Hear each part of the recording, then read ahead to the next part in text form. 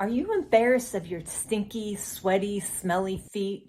Well, there is hope. As a podiatrist, I will share 7 effective at-home tools that have helped my patients get rid of their stinky, smelly feet. So in this video, you're going to learn why stinky feet happened, and you're going to learn all the tools to conquer stinky, sweaty feet with effective at-home treatments.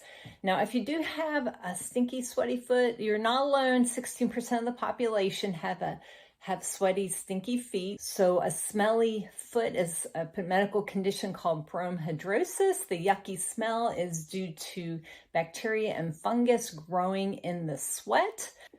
So the more your feet sweat, the more likely it is that you're going to have a smelly foot. Of course, this is all enhanced by shoes and socks creating a dark, moist environment for all that fungus and bacteria to grow. Now, there are 250,000 sweat glands in your feet creating all that sweat. Most of the sweat gets evaporated off before it has a chance to attract bacteria and fungus.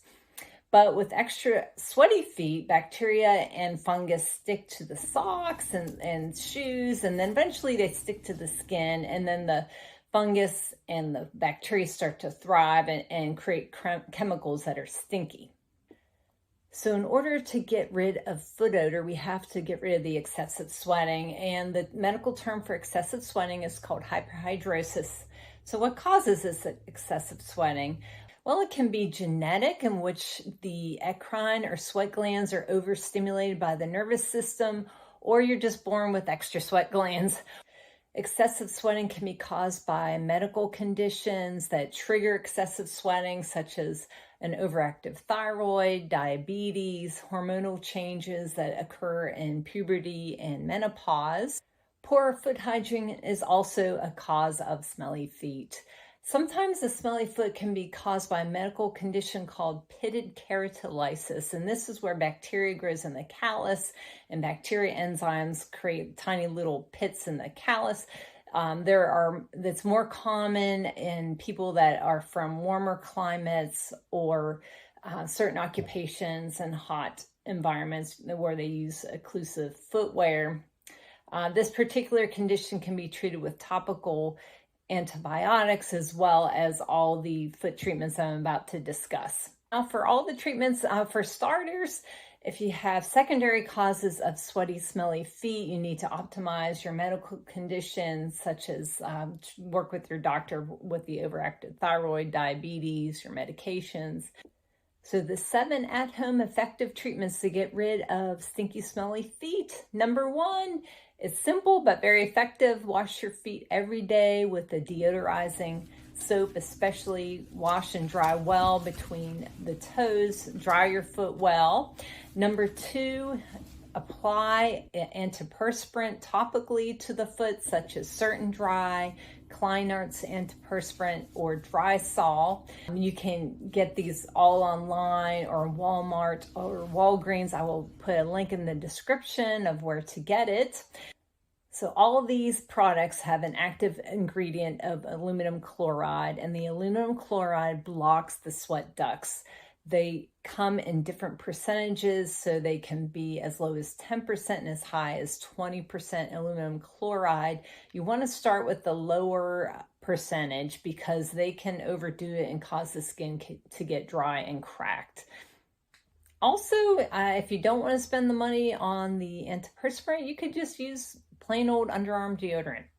Now, drysol has the highest concentration of aluminum chloride. It used to be prescription only. However, I did find it online at drysol.com. Again, you have to be careful with higher percentage because you could dry out your skin. Now, drysol and these antiperspirants you should use daily. With drysol alone, you use it daily for about a week, and then after the week, it's once a week. Okay, the third tip, if there is callus present, then use an emery board or pumice stone to take it down once a week. The callus harbors bacteria and fungus, so it's good to get that down. You don't want to get it too far down because it's there to protect bony prominences. When I debride calluses, I'll always leave a thin layer of callus for that protection. And you just want to do it once a week, or otherwise you'll stimulate more callus to form.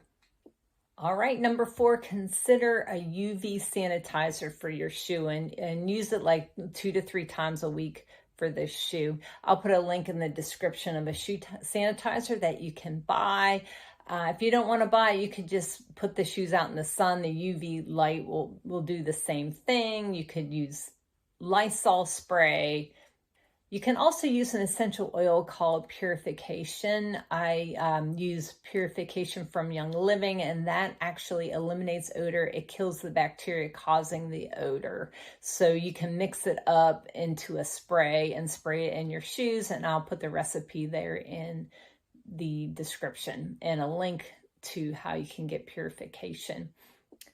Also, sometimes the shoes might be too far gone. You might just have to throw them out if they're too stinky. All right, number 5, always wear clean socks every day and wash the socks in hot water. Don't wear cotton socks, which cotton socks does not wick away the moisture from your skin. It absorbs it and keeps it up against your skin. The best moisture wicking socks have Drymax with olefin. And this has a 2-layered system that wicks the water away from the skin. The next best wicking substance in a sock is called Coolmax. And then there's acrylic, and then polypropylene, wool, then cotton. And that goes from most wicking to least wicking. So Drymax, Coolmax, acrylic, polypropylene, wool, then cotton. You want to look for socks that have nanosilver in it if you can find it. The silver inhibits bacterial growth. Also, there's copper-lined socks that inhibit bacterial growth. And what's interesting about copper is that it binds valeric acid, and that's the chemical from the bacteria that causes the stink smell. So that's pretty cool.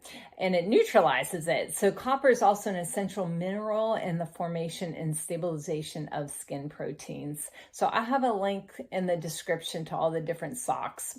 All right, tip number 6 is treat the athlete's foot. So athlete's foot can look just like dry skin, but if you look real close, you'll see like a little rash at the bottom of the foot there with circular scales, and that's usually a chronic athlete's foot. Many times chronic athlete's foot is not itchy, but you want to treat it. So there's good over-the-counter treatments, Lamisil and Lotrimin. Number 7, get out of your shoes when you can and air out those feet. There are also some at-home natural soaking remedies. So I did a video on that, so you can watch it here. All right, so all those treatments should work for mild to moderate hyperhidrosis or bromhidrosis, but after 4 weeks of doing them consistently, if it's not working, you want to see your doctor, and there's more advanced treatments that I will describe in full on my website if you're interested. So you can head over there, but in short, there's iontophoresis in tap water, there's Botox injections, there is what's called sympathectomy, where they cut the nerve from the spinal cord that goes to the sweat glands, and that's pretty extreme. It's not done very often at all in the foot. It works better in hands. Also, there's prescription anti-perspirants that can be used as well. Follow all those foot tips to have your feet smelling and looking good. If it's not working, check with your doctor for more advanced treatments. And thank you so much for watching. Please like and subscribe if you're getting value out of this, and we'll see you next time. Please see the full disclaimer in the description. This is not a doctor-patient relationship. This does not constitute medical advice, but is for informational purposes only.